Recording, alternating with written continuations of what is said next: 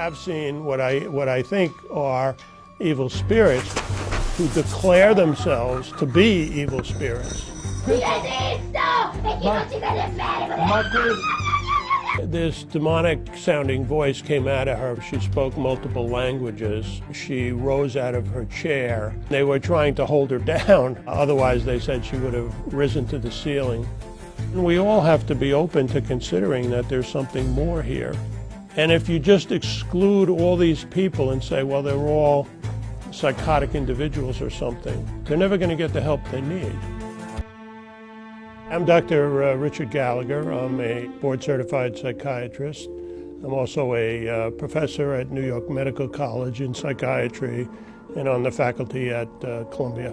About 25 plus years ago, I found myself being asked by clergy of many different faiths to investigate and give them my psychiatric opinion about people that they thought might be demonically attacked.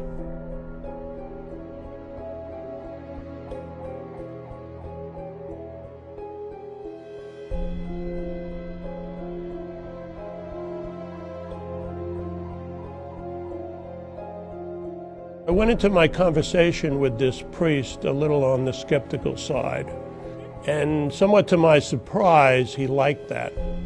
He said, well, if we didn't think you were skeptical, Dr. Gallagher, we wouldn't have wanted to use you.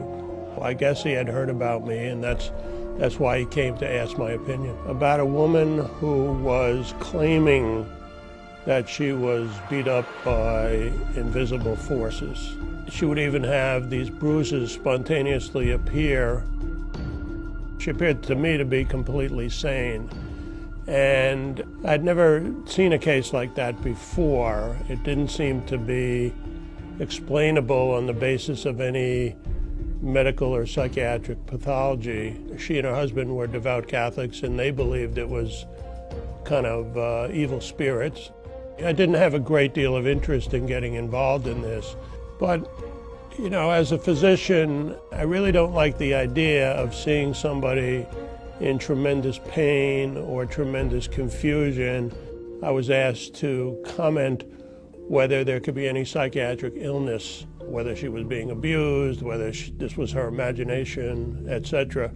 And I had to conclude that there was no medical reason why this would happen. I felt that she was being attacked because, in fact, she was a very holy person.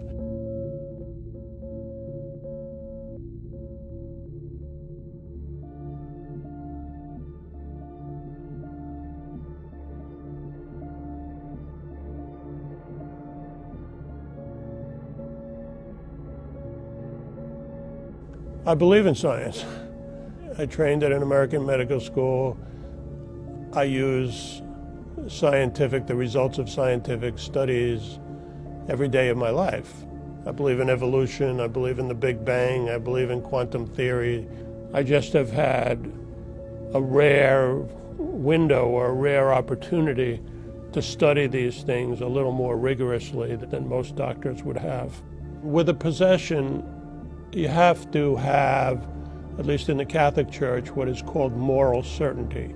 And there are very strict criteria, and it really depends on evidence. The essence of a possession is a person going into a trance and a demonic sounding voice coming out of them.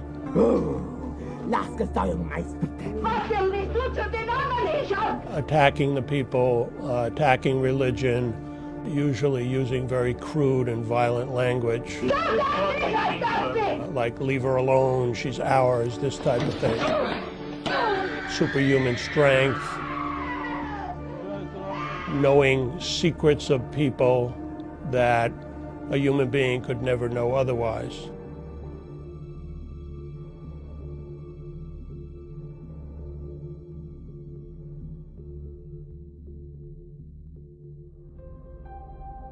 She was a Satanist, a self-professed high priestess of a satanic cult.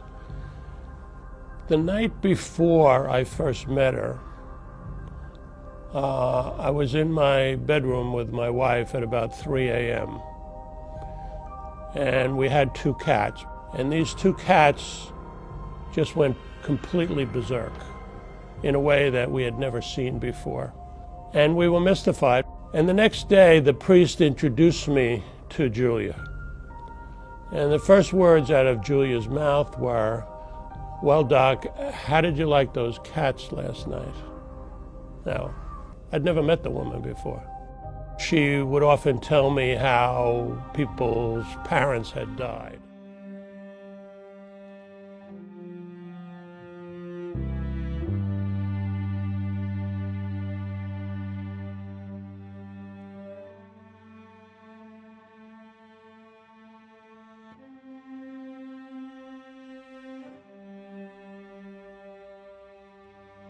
For instance, she told me, "I know your mother died of ovarian cancer," which was true.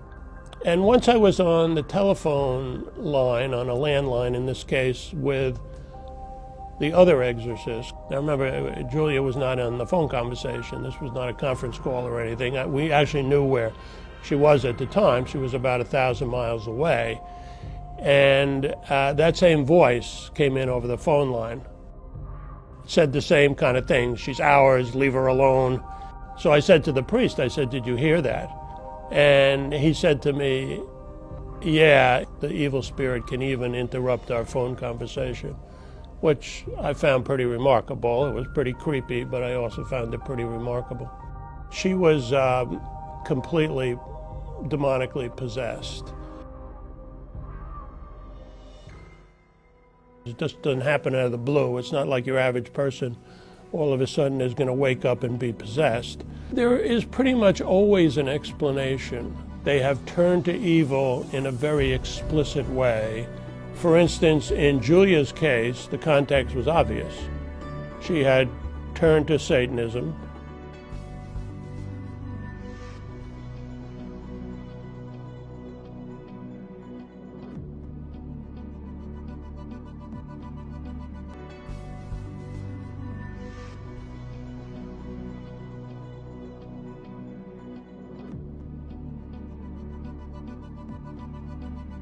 These are not fringe beliefs. And then there are countries around the world where Haiti, Madagascar, for instance, everybody in the country believes in the devil and everybody believes in possessions.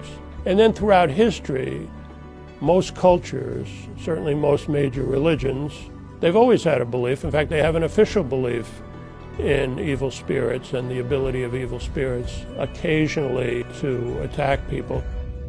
Critics often ask for a ludicrous level of, quote, proof.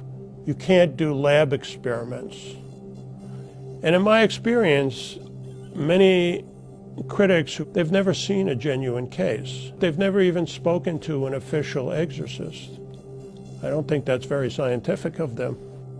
Many people in the mental health field are more open to healthy spirituality than they were in the past. We have, I think, moved past an era heavily influenced by Freud's atheism, where psychiatry was actually hostile to religion and spirituality. I don't want to prevent people who need psychiatric help from getting it. But then there are these rare cases. No amount of medical help is going to deliver them of an evil spirit. There are definite criteria, there's definite evidence. Although the evidence, while massive throughout history, is of an historical nature. If that's not good enough for you, well, you're never really going to be able to understand this field.